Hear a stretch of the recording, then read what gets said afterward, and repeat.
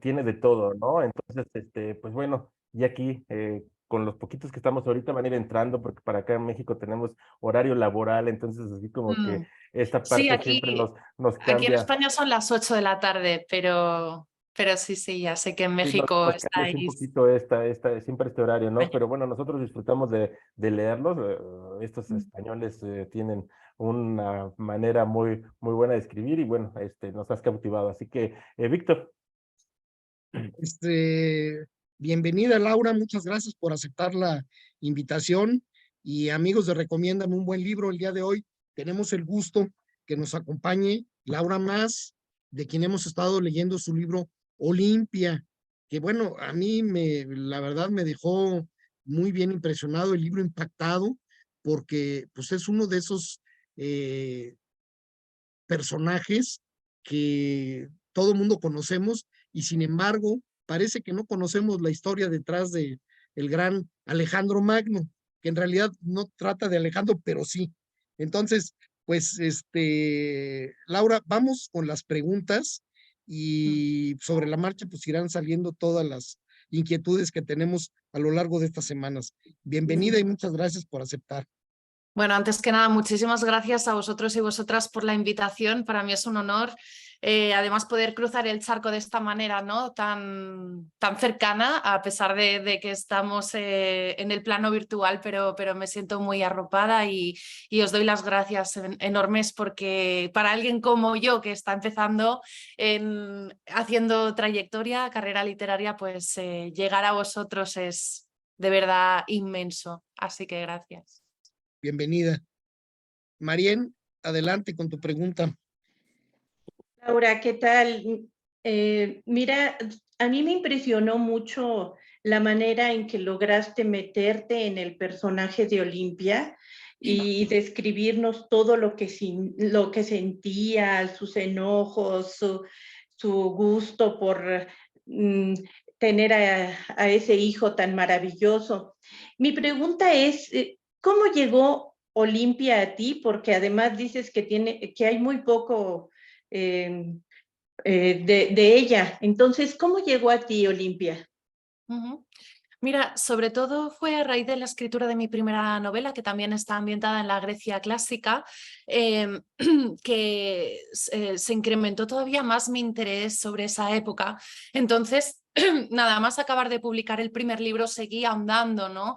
Sobre personajes y especialmente sí me llamaban la atención las mujeres de ese periodo, porque como ya sabéis muy bien, pues estaban completamente silenciadas, prácticamente carecían de derechos y mujeres como Olimpia que supieron destacar, ¿no? Dar un paso al frente y en cierto modo pues sí, ser pioneras de su tiempo, pues me parece extremadamente poderoso. Y concretamente, esta mujer cayó en mis manos a raíz de un libro que leí, una biografía muy buena sobre Alejandro Magno, escrita por Robin Lane Fox.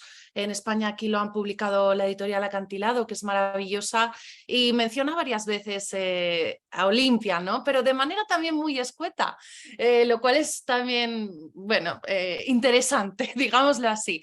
Pero a raíz de eso quise profundizar más sobre esta mujer de la que tampoco sabía, y por suerte en España concretamente me encontré con dos ensayos muy buenos. Siempre destaco uno de un autor que se ha convertido en amigo, que es Juan Carlos Chirinos, y hace bastantes años publicó un ensayo titulado La reina de los cuatro nombres. Olimpia tuvo nada más y nada menos que cuatro nombres, eso es algo también a destacar, ¿no? de la época, y especialmente esa obra, ese gran trabajo que hizo Juan Carlos me allanó mucho el camino, ¿no? A la hora de recabar datos en la medida de lo posible, porque es verdad que hay muchísimo hueco histórico y mucha laguna que he tenido que rellenar a través de la ficción. Muchas gracias. Muchísimas gracias a ti, Marien. Ya, adelante. Laura, qué gusto escucharte después de haber leído tu libro. A mí nunca me ha gustado la historia, sin embargo, con este tipo de novelas, pues he aprendido mucho, la verdad. O sea, sí había oído evidentemente de Alejandro Magno y Olimpia, pero nunca los había relacionado ni sabía nada, ¿no? Entonces, a mí me sirve mucho para aprender, además. Pero algo que me llamó mucho la atención, ya lo acabas de decir, parte de la historia también ficcionas, porque es una novela, no es historia, ¿no? Pero me llamó mucho la atención la parte de las serpientes. Eso, Víboras, sí. las víboras, eso es parte también de la investigación, o sea, sí tenía ese gusto por las víboras, y esa parte donde describes cuando ella se queda embarazada haciendo, digamos, el amor con una serpiente, dices, ¿qué es esto? ¿Qué forma de describirlo? Además, yo estaba impactada. ¿Qué tanto de eso es investigación tuya? ¿Qué tanto es ficción? Pues curiosamente estas dos cosas que has mencionado, que además creo que representan y hacen un buen retrato de Olimpia, porque ya veis que es una mujer muy interesante, también con mucha sombra, y no la he pretendido dulcificar en ningún momento. No he querido, por el hecho de rescatar a una mujer de la historia y en cierta medida del olvido, endiosarla ni ponerla en un pedestal, que vayase por delante. Y ambas cosas que mencionas, Silvia, me las encontré escritas, las dejaron por escrito testimonios de la época, gente que no estaba muy lejana del periodo que vivió Olimpia. Así que, por supuesto, hay mucho mito, ¿no? Pero no olvidemos que en esa época tan onírica, ¿no? Yo tiro también mucho de lo onírico, de lo ambiguo en la novela, porque estaba muy presente. Estamos hablando de una sociedad politeísta, entonces el culto a los dioses, la rendición absoluta, esa devoción, esa creencia por las profecías de los oráculos, todo eso está a la orden del día, ¿no? Está presente en las vidas de todos los griegos. Y Olimpia además me consta, por lo que yo pude rescatar sobre ella, que llegó incluso a ser sacerdotisa de varios templos debido al rango de esposa del rey que acabó siendo el más importante, ¿no?, de toda Grecia. Acabó alzando a esa Macedonia que pasó de un territorio marginal a la principal potencia de Grecia, prácticamente con el dominio de la época, de casi todos los territorios. Entonces, cuesta de creer, pero al menos así lo dejaron los testimonios de su tiempo y lo plasmaron de ese modo. Es cierto que, por ejemplo, el hecho de que tuviese serpientes domesticadas se ganó buena parte, con eso se ganó buena parte de su mala fama, Olimpia, porque generó el rechazo no solo de su esposo Filipo, sino de algunos miembros de la corte de Macedonia, ¿no? No estaban tan bien vistas las serpientes, a pesar de que eran animales que tenían un componente divino porque representaban al mismísimo Zeus. Y el tema de que Olimpia pudiese haber tenido un sueño premonitorio que le diese a entender que Alejandro era hijo del dios de los dioses, ¿no?, el máximo dios, pues también, ostras, era un elemento que tenía que utilizar además en las primeras páginas del libro, podríamos decir, ¿no?, porque ya que la habéis leído todos, veréis que Olimpia le reveló, ¿no?, ese origen divino a Alejandro, antes de que éste partiese hacia la conquista, del Imperio Persa. Así que en buena parte ese espíritu de líder carismático y arrollador de Alejandro y esa capacidad de liderazgo, pues se la debió a su madre, y supongo que si fue así esa revelación, Alejandro tenía todos los motivos del mundo para creer que efectivamente iba a ser eterno e inmortal, ¿no?, a pesar de su muerte prematura. Sí. No, excelente. Qué interesante. Muchas gracias. A ti, Silvia. Sí, adelante. Hola, Laura, te saluda Luby desde Hola, Tegucigalpa, Honduras. Los amigos mexicanos me permiten unirme a este grupo y me encanta tener esta oportunidad contigo. Yo escuché tu libro en Audible porque aquí no se encontraba. Me gustó mucho la narración y quiero saber dos cosas. ¿Cómo llega tu libro a esta editorial? Y si ya escuchaste tu audiolibro, ¿qué te parece? Pues mira, voy a empezar con la segunda pregunta porque me sacas una sonrisa. El audiolibro es muy reciente, debo decirte.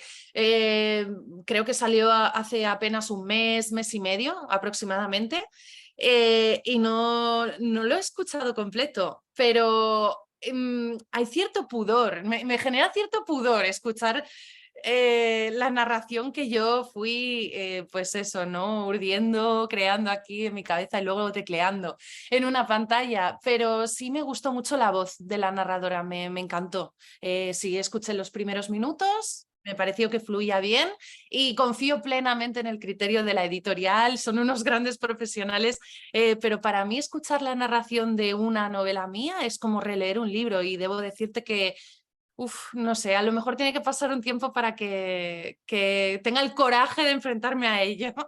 Y dicho esto, pues repetí con la misma editorial, con Editorial Espasa, que ya me tendió la mano con mi primera novela, La maestra de Sócrates, que como estaba diciendo al inicio de este club de lectura, pues fue mi primera obra y también está ambientada en la Grecia clásica y también rescata a otra mujer, en este caso una sacerdotisa que aparece mencionada en el banquete de Platón, ¿no?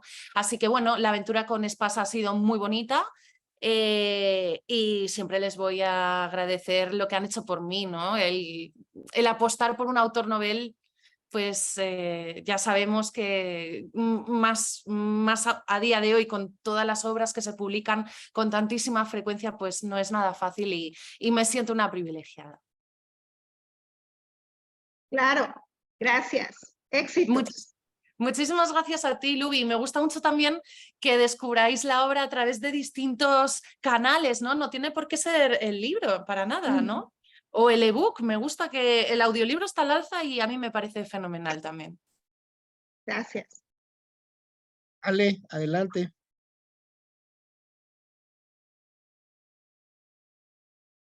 Gracias, Vic.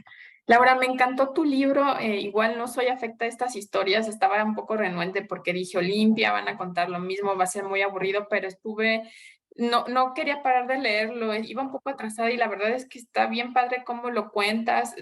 O sea, Olimpia, wow, ya me volví su fan por cómo se comporta, cómo le pasa todo esto, pero siempre así este rol de líder de mujer. Me encantó, muchas gracias por la forma en que lo contaste. Y esta narrativa, esta parte que tienes que imaginarte, wow, mi pregunta es, esta parte de las ceremonias, por ejemplo, cuando se va a casar y la llevan con unos pitonizos, no me acuerdo cuáles son esta parte y que tiene su menstruación, o sea, ¿qué parte de estas ceremonias es tu creación y qué es realidad de lo que antes hacían? Todo o sea, yo recabo, no soy historiadora y que vaya por delante, pero soy periodista, entonces disfruto mucho, ¿no? Durante la fase previa de documentación del libro antes de enfrentarme a la página en blanco, tante mira. Pero dicho esto, pues yo me curo mucho en salud y me documento muchísimo. Cuando antes he dicho que, es verdad, como escritora tengo licencia para ficcionar, sobre todo para rellenar ciertos huecos que ni siquiera historiadoras e historiadores me saben dar la respuesta, pues es lógico que tire de imaginación, ¿no? Pero en el caso de costumbres, rituales de la época, pues todo es 100% real o tal y como bueno, sí, tal y como se han plasmado en diversos ensayos de mucho prestigio. Así que esto que estás comentando no es ninguna excepción. Debo decirte que esto de la menstruación, si mal no recuerdo, supongo que lo estás diciendo porque al inicio, justo el primer capítulo del libro, arranca con una ceremonia en la que ella se despoja, es muy bonito y muy simbólico porque ella se despoja de la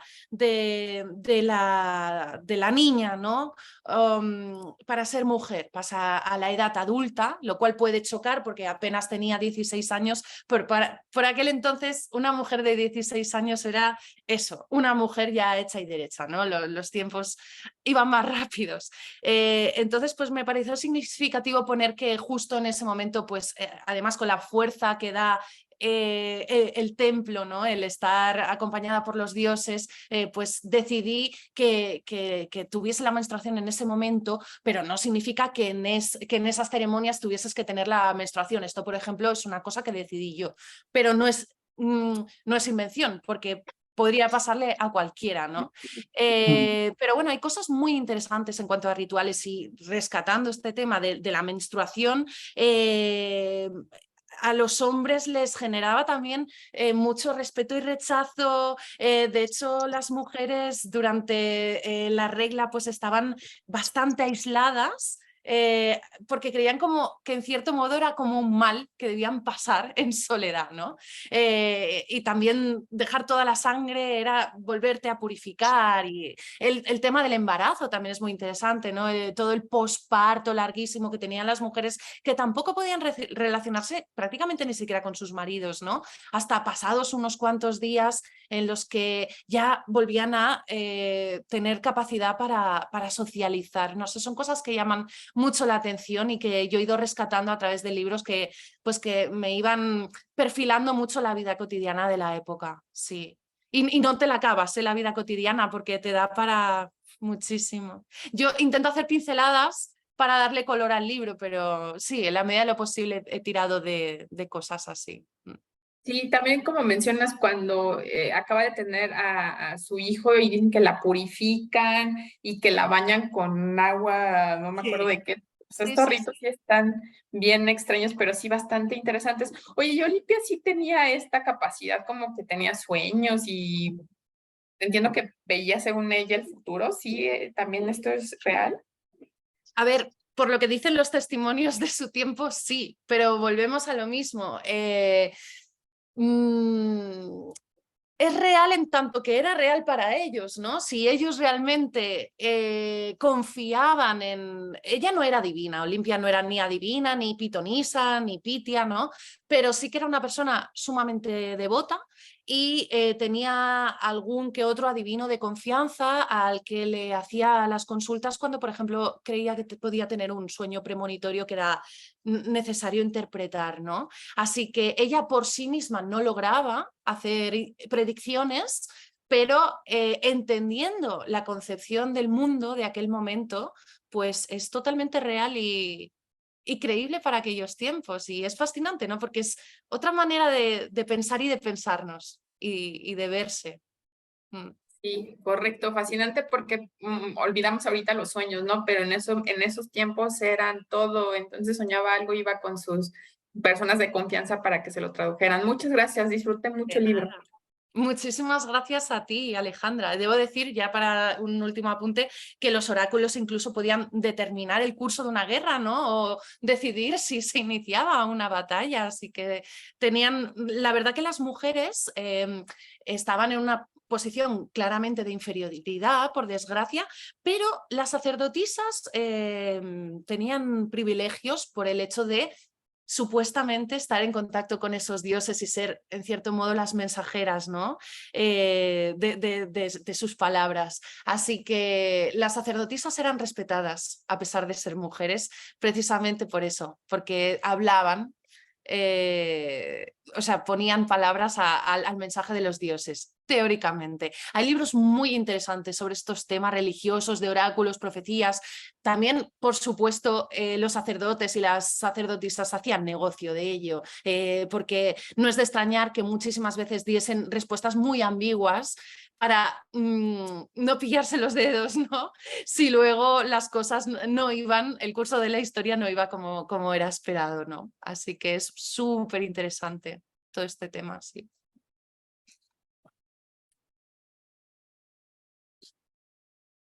Muchas gracias. Héctor, adelante. ¿Sí me escuchan ahí? Hola, Héctor, Sí. sí. Hola, Laura. Y qué gusto conocerte. Siempre es interesante leer a gente de otras latitudes para nosotros. Y fíjate que me llama la atención el personaje Olimpia con todo este auge que hay, o al menos que tenemos en México, con mujeres que escriben y mujeres que se empoderan. Y tenemos como un feminismo muy rampante que está escribiendo mucho, y entonces abordar a una mujer como desde la historia es interesante. Se vuelve más amable leer a una heroína empoderada, a una mujer empoderada, ¿no? O sea, y esto es como, bueno, eso es lo que más me llama la atención de tu obra. Yo tengo una duda. Yo quiero saber si es real que Olimpia manda a matar a Filipo. Bueno, pues ni siquiera los historiadores con eso se ponen de acuerdo. Entonces, existen varias teorías y yo me acogí a la que me parecía más interesante simplemente porque favorecía la trama, y al personaje tal cual yo lo he concebido, ¿no? Porque Olimpia, pues ya vemos que también es una mujer que se desengaña muy pronto, apenas se casa ya su matrimonio no funciona, especialmente hay un episodio en el que narro que su esposo Filipo la ve justamente, que esto lo hemos comentado antes, yaciendo con una serpiente en el lecho. Esto tampoco me lo invento, esto está escrito, ¿no?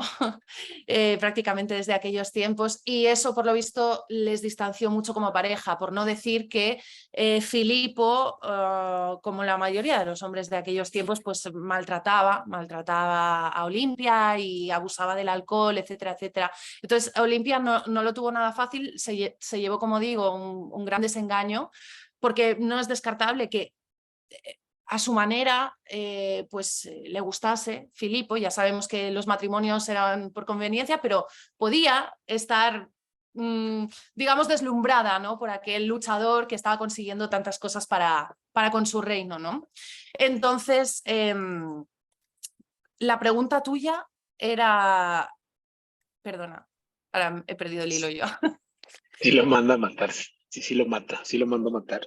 Ah, sí lo mata. Pues me acogí justo a la hipótesis que baraja esa posibilidad porque pues tiene cierta coherencia, ¿no? Coincide, el asesinato de Filipo coincide con el exilio voluntario de Olimpia, cuando ella es repudiada precisamente por su esposo al contraer nupcias de nuevo, además con una joven noble de sangre macedonia. A Olimpia también le hizo mucho daño el hecho de ser extranjera. Hubo gente que no la aceptó también por provenir de un territorio vecino de Macedonia, porque decían que a pesar de haber tenido un hijo varón, que era Alejandro, pues este no era un heredero legítimo para ese reino, ¿no? Se tenía más en cuenta pues que fuese de sangre pura, 100% macedonia. Entonces el trono de Alejandro, a pesar de que era muy joven, pues peligró en el momento en el que, como digo, Filipo contrajo nupcias de nuevo con una mujer macedonia y repudió a Olimpia. También tuvo un desencuentro muy fuerte con Alejandro, provocando también el exilio de este. Entonces en ese margen pues perfectamente Olimpia pudo haber tramado un asesinato, ¿no? Y hay varios historiadores que se posicionan a favor de esta teoría, que tiene bastante sentido, porque qué casualidad que matasen a Filipo y provocasen inmediatamente el ascenso al trono de Alejandro, ¿no? Que era lo que más quería conseguir Olimpia durante toda su vida. Así que no lo descarto para nada, pero no ha de tener una respuesta absoluta. Pues muchas gracias. Oye, Laura, yo sí quiero preguntarte, ¿tú te consideras una mujer feminista? A ver, yo me considero el feminismo, sí, el feminismo bien entendido me parece estupendo, y yo me considero una mujer que defiende los derechos de las mujeres y la igualdad, ¿no? No me gusta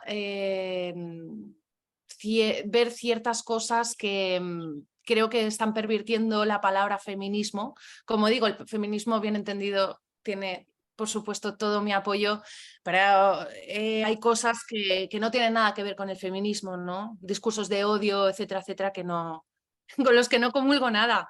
Pero por supuesto, claro que sí, defiendo plenamente, por supuesto, nuestros derechos y que estemos que estemos en igualdad de condiciones, y se están dando pasos muy importantes hacia adelante en ese aspecto. Así que estoy muy orgullosa de ser mujer y de defender nuestros derechos. Muy bien, muy bien. Una última, ya me callo.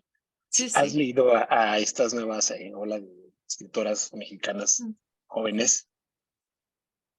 ¿Como quiénes, por ejemplo? Como una Brenda Navarro, como Lola Ancira, Fernanda Melchor. Aquí tenemos un auge muy fuerte con estas, ¿no? Una generación como muy nueva que escribe mucho sobre el tema de la violencia y todo lo que pasa a la mujer. Vale, pues tomo nota. Tengo mucha lectura pendiente, pero tomo buena nota de las autoras. Supongo que si queda grabada esta conversación, luego rescataré los nombres. Bueno, si no, de todas maneras te mando la lista, porque hemos leído Vale, muchas, ha no, habido cosas fenomenal, súper claro que sí. interesantes. Claro que las sí, hemos ¿no? tenido y las hemos conocido. Tenéis una literatura allí maravillosa, por supuesto, ¿no? Y con una gran tradición, pero no conozco estas voces que me has mencionado. Pero tomo buena Bueno, nota de ello, que seguro que son buenas recomendaciones. ok, muchas gracias, Laura, y qué gusto conocerte. Gracias a ti. Francinet, adelante con tu comentario, pregunta. Hola, buenas, ¿me escuchan? Sí. Ok, un placerazo estar acá, yo les saludo desde Honduras Ah, y vi la portada del libro y yo dije, ok, voy a ir porque me interesa bastante. Déjame decirte que yo no sabía nada, casi nada de Olimpia, menos de Alejandro, y para mí fue totalmente una revelación, todo el libro, de principio a fin. No sé si has leído a Madeline Miller con sí, Circe. a Madeleine Miller sí la he leído. Sí. Mira, o sea, yo leyéndote con Olimpia, yo me remonté cuando leí Circe, porque fue lo mismo.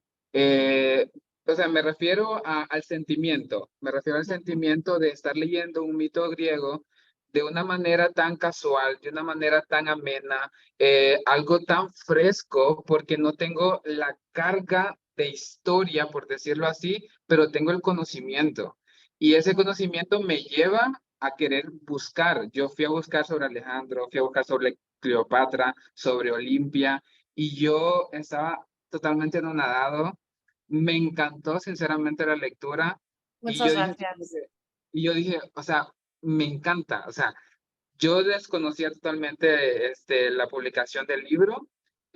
Si no fuese por el club que lo recomienda, yo hubiera pasado totalmente desapercibido y ahora pues hasta lo recomiendo. Les digo, no, Muchísimas léanselo. Si les gustó irse, tienen que leerse Olimpia porque es una forma que las nuevas generaciones pueden acercarse a la mitología griega sin necesidad de decir, ay, no, es que es demasiado contenido o es demasiado, entonces, no, o sea, estos libros, tu libro, sirve bastante porque gracias. ayuda a que jóvenes se interesen por conocer más de los mitos, por conocer todo eso de la mitología, por conocer más allá. Y como te digo, o sea, me llevaste a investigar sobre todos ellos, porque yo dije, ¿cómo es posible que no sepa esto? Entonces yo dije, no, tengo que ver cómo me entero de más. Y a mí la mitología griega es algo que me encanta. Cuando yo leí Circe, me interesó más leer sobre Ariadna, sobre el Minotauro, sobre el creador de los dioses también.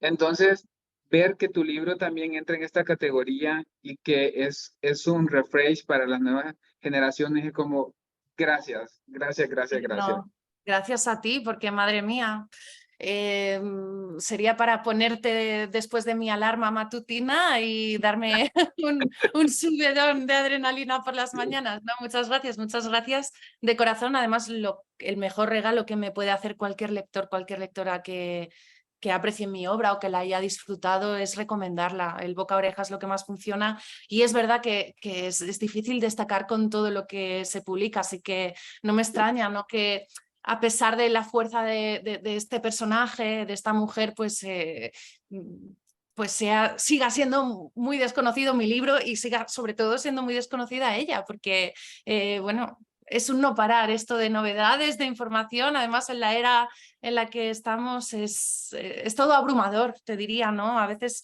incluso es bueno desconectar por salud mental, porque tenemos tal bombardeo de noticias, de novedades, de todo. Entonces, bueno, a mí me alegra mucho que lo hayas disfrutado y estoy de acuerdo en una cosa y es que yo, en la medida de lo posible, pues intento hacer la lectura lo más amena y fácil y simple, pero me gusta pensar que en la simplicidad bien entendida, ¿no? No quiero hacerme densa, no quiero hacerme pesada o saturar con muchísimos datos que considero que tampoco son tan necesarios y como estábamos comentando antes, si alguien quiere profundizar muchísimo y acogerse solo a la verdad absoluta, pues debería decantarse por el ensayo o la biografía, ¿no? No por una novela. Entonces, para mí, obviamente, le tengo mucho respeto a la literatura, aspiro cada vez a escribir mejor y seguir aprendiendo, pero no me olvido de que una novela tiene que entretener, debe entretener y si además de eso, debido al género que yo toco, pues es didáctica, como tú indicas, vamos, me doy por muy satisfecha y no puedo ser más feliz. Y llegar a un público joven me parece también muy, muy, muy interesante. Así es, solo puedo decir gracias una vez más y créeme decirte que en cuanto yo tenga la oportunidad de tenerlo en físico, porque lamentablemente lo tuve que leer en digital, en cuanto yo pueda decir, ahí está, cuando yo lo compro, porque necesita estar en mi estante. Y gracias también por la propuesta. No, gracias de verdad a vosotros y yo estoy encantada, de corazón. Gracias. Meli, ¿Dónde crees, por cierto, que has dicho que no estaba el libro? Dime. Que no sé de dónde eres, que estabas comentando. Honduras. De Honduras. Ok, vale. Sí, acepto donaciones, no sé. Adelante, Meli, con tu pregunta. Buenas tardes a todos. Tardes. Laura, un placer conocerte, perdón por la tardanza. No sé si ya hayan hecho esta pregunta, pero yo me quedé con la duda de por qué elegir ese final abierto. O sea, ¿por qué si es un personaje histórico que, digamos, del cual hay un rastro en la historia, no elegir concluir su novela con su final, o sea, con el final del personaje? Esa es mi duda. Muchas gracias. Pues muchas gracias a ti, Melissa, y además me parece una pregunta muy, muy buena y muy acertada. Ha llamado la atención de varias personas mi final, porque incluso hay quien piensa que puede dar pie a una segunda novela. Por supuesto, sí, la vida de Olimpia no acaba con la muerte de Alejandro Magno. ¿Qué ocurre, Melissa? Que la vida de Olimpia empieza a ser extremadamente trágica desde el deceso de su hijo. Entonces nos encontramos con unos años que además no son demasiados, pero son, como digo, muy devastadores para ella. Acaba siendo asesinada además por el hijo de su archienemigo, de Antípatro. Entonces me parecía que era mucho más bonito y tenía mucho sentido, bajo mi punto de vista, claro, esto es muy personal, cerrar la historia con esa, a pesar de todo el dolor, ¿no?, que la embarga cuando le notifican la muerte de su hijo, pues acabar con esa semilla de esperanza porque Roxana alberga al futuro nieto de Olimpia en el vientre, que puede ser el sucesor legítimo de Alejandro y seguir así con la estirpe, con esa dinastía que ella tanto defiende, ¿no?, a capa y espada. Pues me parecía que era un final que le hacía más justicia a Olimpia. Me gustaba más así, porque la pobre acabó muy mal. Bueno, supongo que lo sabéis o habréis consultado a raíz de la lectura del libro. También pensé, digo, mira, quien se interese por Olimpia, igual que no inicio la novela con sus primeros años de vida, con su infancia, quien se interese por ella seguro que acude a alguna fuente, por suerte hoy en internet ya está todo ahí también, y puede ver ese final, ¿no? Pero me pareció que no, ya te digo, siempre bajo mi prisma, ¿no? No valía la pena hacer 5 o 6 capítulos más tan horribles para ella, con un final tan trágico. Porque, bueno, no solo la aniquilaron a ella, sino que no dejaron a nadie vivo, ¿no? Y me parecía terrible. Digo, no puede ser, no puede acabar así mi libro. Está muy bien, muchas gracias. Mis compañeros tienen, y bueno, yo también, tenemos la curiosidad de el libro anterior que escribiste antes de, me parece que es La maestra de Sócrates. Sí. Entonces, porque pues sí, todos hemos estado muy metidos con la lectura de Olimpia y nos gustaría saber un poco así como un adelanto, porque pues sí se nos antoja leer de pronto La maestra de Sócrates. Muchas gracias. Pues La maestra de Sócrates fue mi primera novela y allí ficciono, y ahí sí que hay mucha ficción, debo decir, porque es abordo otro personaje femenino, pero mucho más desconocido, incluso se cuestiona si pudo haber existido o no, que es la figura de Diotima, una sacerdotisa que aparece mencionada en el célebre banquete de Platón. En el propio banquete es Sócrates quien dice que todo lo que sabe del amor es gracias a esta mujer, a Diotima, ¿no? Y por lo visto fue una sacerdotisa que fue convocada por el propio Pericles, que era en la primera novela me sitúo en el siglo V a.C., un siglo antes de esta segunda, ¿no? Y justo arranca con la llegada de Diotima, de esa sacerdotisa convocada por Pericles, porque a Atenas la puede acechar una posible plaga, digamos, plaga, peste, y como digo, en esa época en la que había tanta creencia divina y tanta superstición, pues también me acogí a testimonios del momento que decían que Olimpia logró salvar a la ciudad ateniense gracias pues a unas plegarias y un ritual, etcétera, etcétera.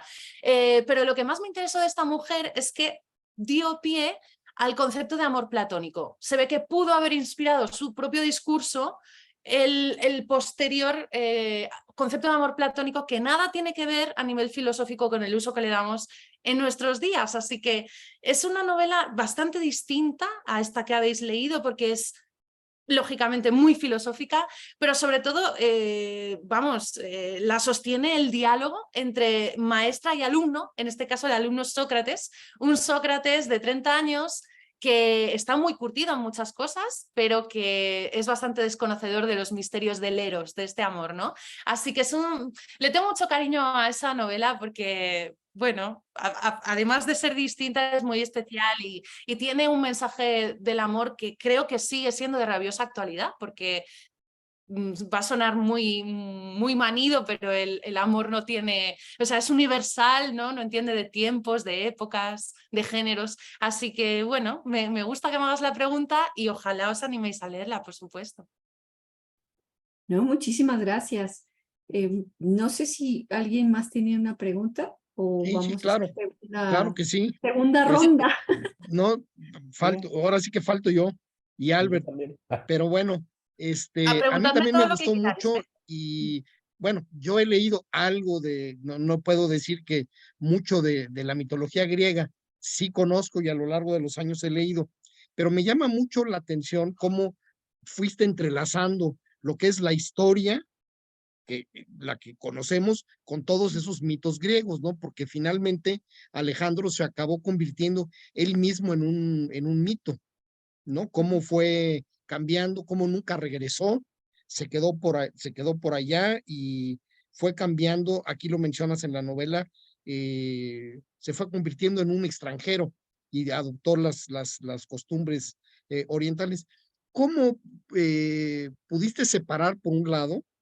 Y veo que también tienes una gran bibliografía. ¿Cuánto tiempo te tocó, te llevó investigar para este libro? ¿Y cómo pudiste separar de alguna manera aquello que es un hecho y aquello que en realidad hoy sabemos que pues, es parte de la ficción que nos viene desde entonces? Pues a ver, yo debo decir que cuando he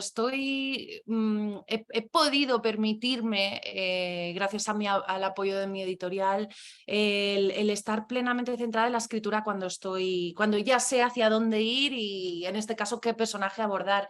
Así que no tardé muchísimo tiempo, pero estuve, pues no sé, 7 meses o así documentándome, pero documentándome te diría prácticamente a tiempo completo, así que es muchísimo porque leí, bueno, acabé que ya no sabía ni mi nombre, ¿no? Prácticamente de todo lo que leí, pero bueno, sí lleva, por supuesto, cierto tiempo,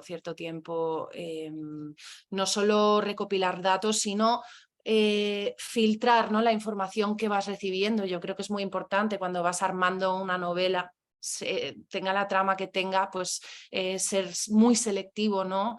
A veces se peca de... Yo prefiero, fíjate, Víctor Manuel, prefiero que me digan que mi novela es corta y que se han quedado con ganas de más, que no quiero que me digan jamás, es que le han sobrado 100 páginas, no quiero caer en eso, por favor. Espero, por Dios, que no, porque no me gusta poner paja o huyo de eso, ¿no? Información que no me parece muy relevante. Pero sí que fueron meses muy intensos de muchísima lectura y, como te digo, de subrayar y descartar más que quedarme con cosas, ¿eh? Para ir ideando lo que podía ser la estructura del libro, los saltos temporales, si veis hay mucho salto temporal también. Esto fue un poco locura porque claro, abarcar tantos años en tan poco espacio, no veía la manera de hacerlo lineal y es verdad que hago saltos temporales a veces bastante grandes, pero bueno, me parecía también que tenía cierto sentido. Así que eso por una parte. Y luego muy interesante también lo que me preguntas. No sé muy bien qué respuesta darte porque yo creo que esto ha fluido mucho con mi escritura. Me pasó también con el primer libro. Al final, ¿qué me pasa? Sobre todo con Olimpia. Como es una narración en primera persona, pues yo tuve que mimetizarme con esa mujer, ¿no? Y eso implica pues estar mirándolo todo bajo su prisma y ponerme en su piel y entender sus virtudes, pero también todos sus errores, ¿no? sus caídas, sobre todo en la segunda parte del libro, con la partida de Alejandro Magno, veis, o yo he querido reflejar buena parte de la fragilidad, ¿no? de ella, de la soledad que sufre, de todo el dolor, porque se siente traicionada, perdida, desolada con la partida de su hijo, que además no solo, como bien indicas, no lo volví a ver, sino que mantuvo una relación epistolar muy complicada con Alejandro, porque las cartas tardaban a veces largos meses en llegar, a veces se perdían y había unos lapsus temporales terribles, con lo cual Olimpia no lo pasó nada bien. Además, tampoco pudo estar al mando de su reino como ella hubiese querido por el hecho de ser mujer. Y te estoy diciendo todo esto porque toda la escritura requirió que yo me envolviese no solo de esa época y de esos conocimientos, sino sobre todo intenté pues ser Olimpia, ¿no? Sé que es muy romántico, suena muy romántico, pero es así. Entonces, como digo, como tenían tan integrado el mito con la realidad, yo también lo viví de esa manera como escritora. Es decir, mi cabeza ya lo fusionaba todo bastante bien. Algo muy bonito, ahora que hablas de mitos, léase mito, léase leyenda, pues es Aquiles, ¿no? Ni más ni menos, también está muy mencionado en el libro. Olimpia, por lo visto, y esto también lo indican los historiadores, se refería a Alejandro como mi pequeño Aquiles, me pareció precioso, y Alejandro superó con creces al final, ¿no? La grandeza de su ídolo a seguir, así que bueno, mito, leyenda, creencia, oráculo, está todo muy empastado. Forma parte de esa cotidianidad y yo no podía hacerlo de otro modo con la escritura. Y no fue lo que más me costó, porque cuando ya te digo, te metes en esa concepción de la época y comprendes que lo que a ti te resulta chocante para ellos es lo más normal del mundo, pues también lo narras con esa naturalidad, ¿no? Pero es muy buena pregunta porque además no concibo una historia ambientada en esta época que carezca, ¿no? de estos elementos tan importantes que nos dicen mucho de la sociedad, ¿no? Muchas gracias. A Albert, ti. Sí, adelante. Laura, con todo lo que nos estás platicando ahorita de tu proceso de investigación, justamente, pues yo creo que también fuiste descubriendo muchas cosas que desconocías de Olimpia, ¿no? Dentro de toda esta investigación y de todos estos descubrimientos, ¿qué fue lo que más te atrajo o lo que te llamó la atención de este personaje que hayas dicho, wow, qué interesante, o qué onda con esta mujer, ¿no? ¿Qué fue así como que lo que más te gustó de este personaje? A ver, lo que más me llamó la atención, que no es lo que más me gustó, pero te diré, lo que más llamó mi atención en un principio fueron las serpientes. Me pareció además que tenía mucha fuerza narrativa, ¿no? El poder decir que una mujer que llegó a ser reina, que la figura de reina no existía por aquel entonces, pero bueno, era esposa principal del rey, del mayor rey de la época, pues que tenía serpientes amaestradas, jolín, me chocó muchísimo, ¿no? Me costaba de pensar y de entender cómo se podía llegar a dormir con esos reptiles, pero bueno. Pero lo que más me gustó, y lo separo porque es algo muy distinto, fue que Olimpia, a pesar de toda su ambición, ¿no? Que la vemos que no tiene límites ni conoce ningún tipo de ética para conseguir sus propósitos, pues antes que nada era madre. Y entonces me llamó mucho la atención esa devoción materna, incluso que rozaba un poco la obsesión, podríamos decirlo, porque sobreprotegía mucho a Alejandro, pero justamente su faceta de madre creo que fue en parte su perdición, porque fue lo que la hizo más débil, ¿no? En esa segunda parte que estaba comentando del libro se ve ese declive anímico, siempre logra recomponerse, es algo que también me gusta mucho, esa fortaleza del, a pesar de caerme, vuelvo a levantarme y a seguir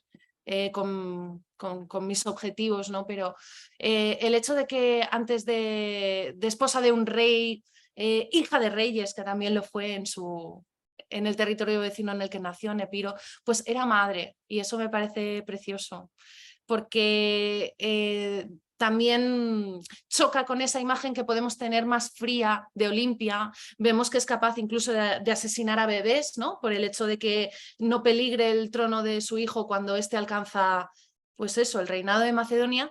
Pero también debo decir que Olimpia, que fue muy criticada por esa ambición, por llevar a cabo esa política de eliminación de rivales, no hizo nada que no llevasen a cabo sus coetáneos hombres. Así que ella fue muy juzgada y tachada por el hecho de ser mujer. Pero esto que nos parece tan despiadado del asesinato estaba muy a la orden del día, lo que pasa es que ella era mujer. Entonces, pues se le penalizó. Muchas gracias, Laura. De nada, a ti. Silvia, adelante. Gracias. Te tengo un par de preguntas. La primera es, ¿Alexis realmente también es histórico o también es ficción? Y la otra, ¿en qué estás trabajando? ¿Qué viene?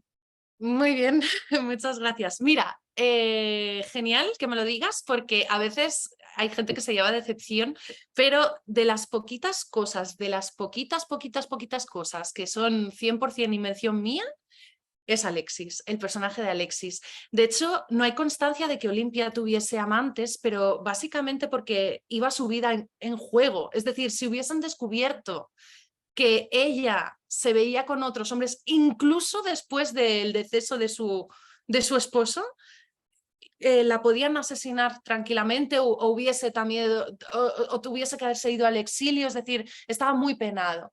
Pero eso no quita, o yo pienso, que, jolín, desde que murió Filipo ella vivió muchos años, ¿no? Y no era una mujer muy mayor, entonces pues no es nada descartable que se las ingeniase para verse a escondidas con alguien como Alexis, que ha salido pues sí, de mi imaginario, ¿no? Pero me parecía bonito porque también me daba juego para entrar también en el terreno amoroso, ¿no? Y su caballo, ¿no? También, ese también Sí, me llamó mucho la sí. atención. Eso del caballo también está ahí en mi imaginación. Pero no hay muchas más cosas, debo decirte, porque el resto de personajes, te diría que Alexis, de los que tienen así importancia narrativa, el adivino me inventé un nombre y me inventé lo que pasó con el adivino, pero ella tenía un adivino de confianza. Pero los personajes así muy relevantes, la nodriza, por ejemplo, Lánice, existió, que fue hermana de Clito el Negro, por supuesto, o sea, todos los personajes y la mayoría de cosas que cuento son reales, pero sí, me has pillado muy bien con Alexis. Y no hay constancia, como digo, de que tuviese ninguna historia, pero es que me parece normal que no, que si hubiese vivido una aventura no la descubriesen. Era muy lista. Seguro que dio rienda suelta a sus deseos, Olimpia, de la manera que pudo. Y luego, ¿en qué estoy? Pues justo estoy en otro tema ahora, estoy acabando mi primer poemario y hace mucho más tiempo que escribo poesía que novela. Y no es que la abandonase, pero sí que es verdad que al embarcarme ya con la escritura de la primera novela no le dediqué tantísimo tiempo a la poesía y ahora llevo pues casi un año, te diría, escribiendo otra vez mucha poesía y como también tenía pues muchos escritos, he estado haciendo aquí un trabajo de otra vez de filtro, de selección, de descartar poemas y estoy cerrando un poemario, un primer libro de poemas que me hace mucha ilusión. En eso estoy. Excelente, pues ya estaremos ahí pendientes para leerte. Muchas gracias. Gracias. Yo nada más un comentario hablando de los amores de Olimpia.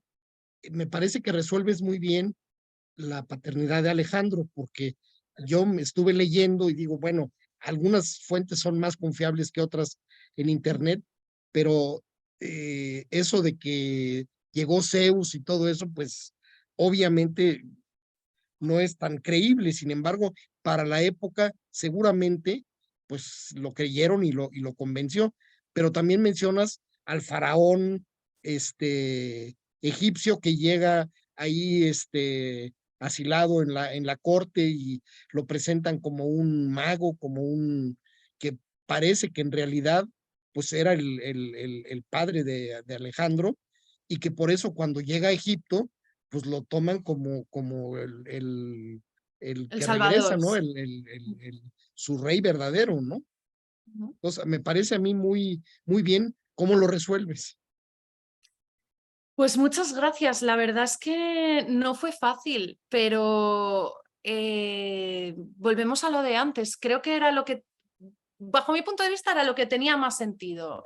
Optar por las creencias más, digamos, espirituales. Así que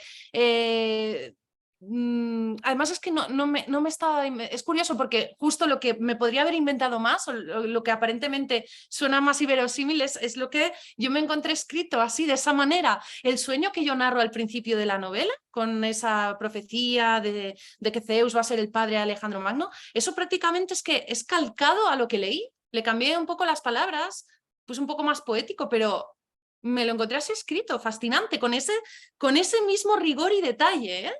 En cuanto al sueño. Y claro, tenía que utilizarlo. Y me parecía, bueno, como veis, me gusta mucho la poesía, incluso pues eso, me parece más poético narrarlo de ese modo y tirar de ese hilo que no de otros más terrenales, ¿no? Muy bien, pues gracias, Albert. Sí, ya nada más para finalizar, me quedó una duda con respecto a la pregunta de Melissa, que era si bueno, de este final abierto, ¿no? Y mencionaste que quedaba como posibilidad a una segunda parte. ¿Tienes en mente escribir esta segunda parte o hasta aquí dejas a Olimpia? Hasta aquí. Ah, No, ok, pues qué triste. No, porque si es que estaba diciendo justamente, yo sé que podría haber alargado la novela, soy muy consciente, ¿eh? Pero si no opté por meter unos cuantos capítulos más, ahora embarcarme en un libro completo tan trágico, ahora mismo no está en mis planes. Pero bueno, nunca digas nunca, nunca te cierres la puerta. A lo que no me cierro para nada la puerta es a seguir con la novela histórica, ¿eh? He hecho un parón porque, de hecho, sobre todo escribo poesía y me apetecía mucho por fin cerrar un primer libro de poesía, pero no, tampoco tengo en mente que mi próxima novela sea histórica, pero como estoy diciendo, esa puerta no me la cierro, lo he pasado muy bien iniciando esta andadura con este género y en especial pues eligiendo esta época tan bonita a la que tanto le debemos, ¿no? Simplemente por el amor que le tengo a la filosofía, pues tiene mucho sentido que haya empezado por ahí. Pero tampoco quería, por ejemplo, encasillarme en ser una autora que rescata mujeres de la antigüedad, que esto ya me estaba pasando en varias entrevistas y me estaba pesando demasiado. Cuando veía titulares de la autora que rescata mujeres de la antigüedad, digo, no quiero ser solo eso. Eso no quita que me dé por descubrir o tenga material más que suficiente y ganas para el día de mañana pues abordar la vida de otra mujer, pero jolín, me quiero abrir bastantes más puertas, ¿no? Y sobre todo también tener nuevos retos creativos. Ok, muchas gracias, Meli. Perdón, nada más rapidísimo. Sí. Laura, y como autora, o sea, como creadora de esta novela, que al final es ficción histórica y tiene elementos de ficción, ¿en ningún momento te cuestionaste hacerle otro final a Olimpia, uno que te gustara más a ti? No me lo cuestioné porque, ostras, eso sí me da mucho miedo, ¿no? El inventarme cosas que no pasaron. Es decir, es que la línea es muy fina, ¿eh? También es que ahí navegas siempre entre dos mares y a veces no sabes muy bien hacia dónde ir. Pero, por ejemplo, yo creía que era muy lícito inventarme a un Alexis, ¿no? A un posible amante, porque, pues sí, creo que es bastante posible que Olimpia tuviese historias fuera de su matrimonio. Pero, ostras, inventarme un final distinto, para mí sería como alterar, no sé, el asesinato de Filipo, por ejemplo, ¿no? Entonces, bueno, podría hacerlo porque es novela histórica, es verdad, pero intento, pues, que mi columna vertebral, digamos, sean datos que están ahí, ¿no? Es como el tema de los conflictos, las guerras. Pues fue, por ejemplo, un quebradero de cabeza para mí toda la segunda parte, también investigando sobre qué hacía o dejaba de hacer Alejandro en su conquista en el Imperio Persa, ¿no? Porque, vale, Alejandro no es el protagonista, pero está presente en esas cartas. Entonces, pues eso, tengo que conocer qué pasó en Egipto, qué pasó aquí, qué pasó allí. Y esa licencia no me la tomo. O sea, jolín, es novela histórica y a fin de cuentas lo que una quiere también es que la gente aprenda qué sucedió, así que esas cosas no me las invento. Si hubiese habido, por supuesto, laguna histórica en cuanto al final de Olimpia, rienda suelta a la imaginación, pero como tenía claro cómo acababa, pues no. En mi primera novela, por ejemplo, que como os he dicho, se cuestiona si realmente esa mujer, esa sacerdotisa existió o no, pues tuve que inventarme toda su vida, literalmente. Entonces allí, pues es una novela que tiene un 80% de ficción, lo único que es real, entre comillas, es el diálogo que mantiene sobre el amor con Sócrates y poco más. Pero esta segunda, como ya tenía tanto material y, como digo, unos ensayos muy buenos que fueron de gran ayuda para mí antes de ponerme a escribir, pues tenía que ceñirme más a lo real, ¿no? Muchas gracias. A ti, Melissa. Muchas gracias, Laura. Te agradecemos bastante. Te Muchas queremos pedir gracias, qué un bonito. favor. Pues nos queremos tomar la foto del Sí, por favor, recuerdo. y si me pasáis alguna foto, yo luego la posteo Claro también. que sí, ahí te la mandamos y pues, ahora sí que a falta de estar en forma presencial, en virtual va el primer intento. 1, 2 y 3. Vamos con otra porque luego salen con los ojos cerrados. A ver, ahí va la segunda. 1, 2 y 3. Gracias. Y pues A nos ti. gustará leerte también con tu otro libro. Entonces, pues ya te estaremos por ahí escribiendo pues, para hacerte la invitación y ponernos de acuerdo para un segundo encuentro. Pues, jolín, bueno, tened en cuenta que el segundo libro, si lo queréis leer, es en realidad mi primera novela, así que sed piadosos conmigo, que creo que tiene... Bueno, en fin, yo ahora tampoco me atrevo a leerla porque la cambiaría seguramente casi entera, pero bueno, me hace muchísima ilusión y os agradezco de corazón que le deis una oportunidad. Y nada, que se me ha pasado la hora volando, así que muchas No, nosotros gracias. también lo disfrutamos. Muchísimas gracias. Saludos hasta Muchas España. gracias. Saludos. Gracias, Saludos, Laura. España. Gracias, hasta la próxima. Gracias. Linda tarde. Igualmente, que Gracias. vaya Gracias, bien. saludos a Buen día. todos y gracias. Adiós. Ya salimos del en vivo. Bye. Gracias, Héctor.